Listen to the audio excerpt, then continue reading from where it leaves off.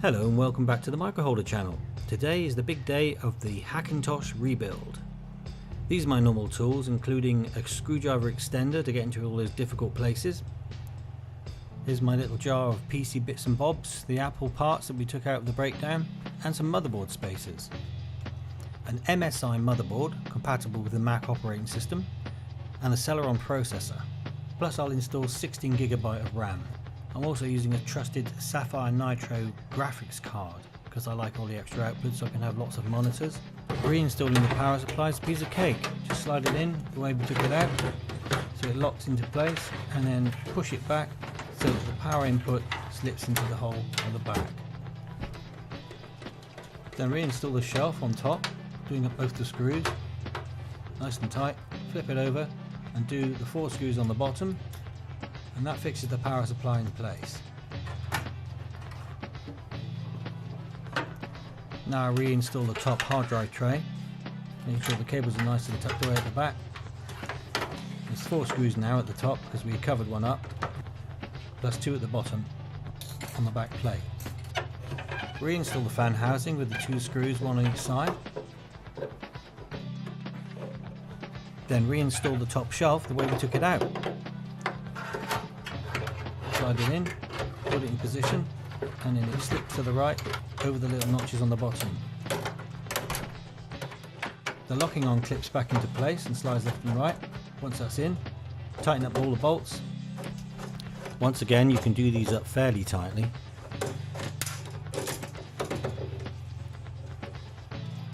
And then tighten these 4 bolts up on the bottom. You can use a hex screwdriver for this, but I'm cheating by using my pliers.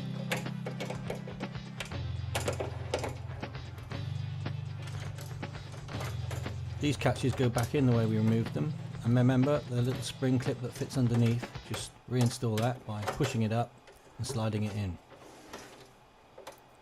Make sure the springy side is down, and then install the other 2, and then we move on to this door opening catch. Don't forget to install these 2 washers, the plastic ones we removed before, and then slide the bolt up from underneath, remembering to install the top washer, and then the circlip just fits over with a little bit of pressure from something flat. I'm using an old hex head, and it pops into place. Now we install the media tray, plug in the SATA cable,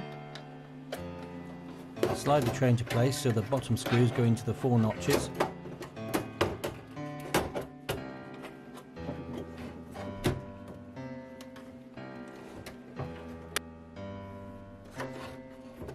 And then we use these 2 clips, slide them to the right, and they lock it into place.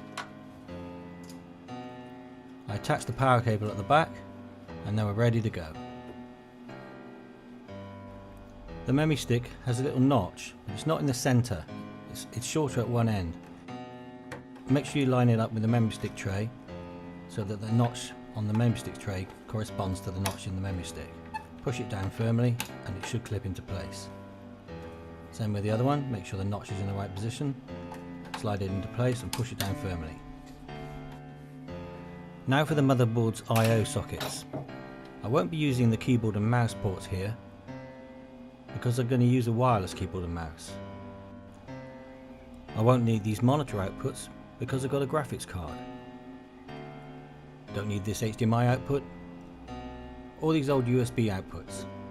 I'm using USB 3, so I want to access these, and I want to access the communications port here. And I won't need the audio in and out because I'm using a sound card as well.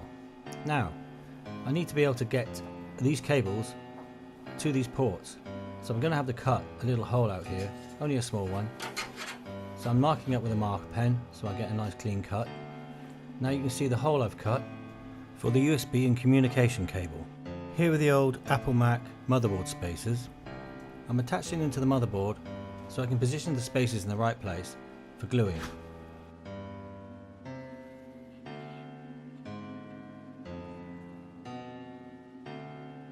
I'm mixing up some 2-part epoxy. Try not to get it on the motherboard like I did. I just need a little dab on each one so they fix into place, and then when I remove the motherboard I can add more epoxy.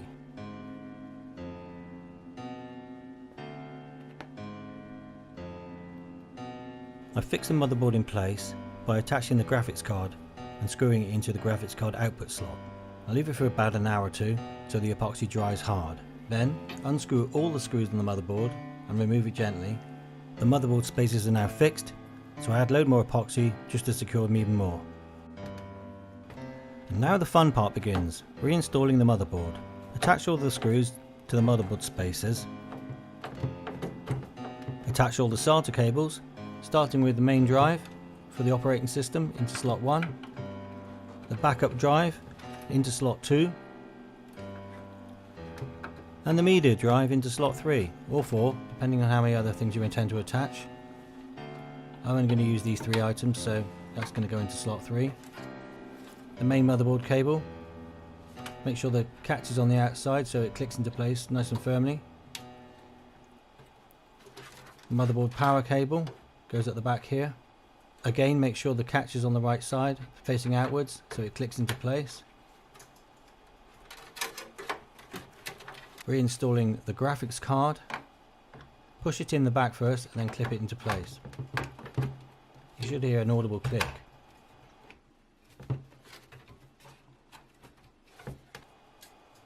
Now the rear fan filter just clicks into place, and then we have to attach all those tiny little screws we removed before. To get the middle shelf in the right position, I'm using the inner door to help line it up. And then we're going to attach the bracket at the bottom so that the middle shelf has plenty of support. I'm drilling a hole first to attach the bracket to, and add a nut and bolt.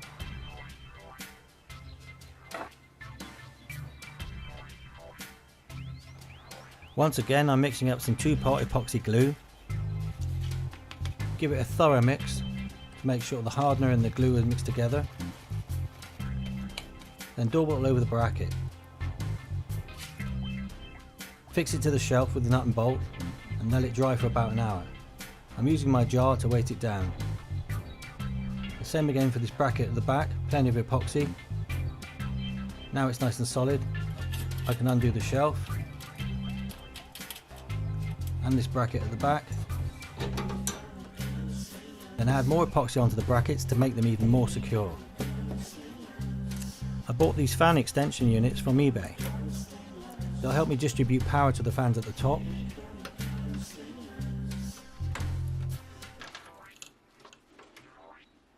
And another one here to power the fans at the front and at the rear on the lower level.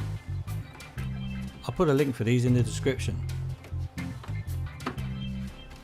This is a special cable I bought so I could use the power switch on the front and the USB port. Also the audio in out. I really wanted to be able to use the power button on the front and also to be able to plug in some USB drives or whatever else. The rear fan just installs by sliding in and aligning the 2 notches top and bottom. It also makes the top shelf more secure. I had a bit of a problem here. The rear fan cables weren't long enough to reach the fan extender. Again, this cover just slots into place and slides to the right to secure it.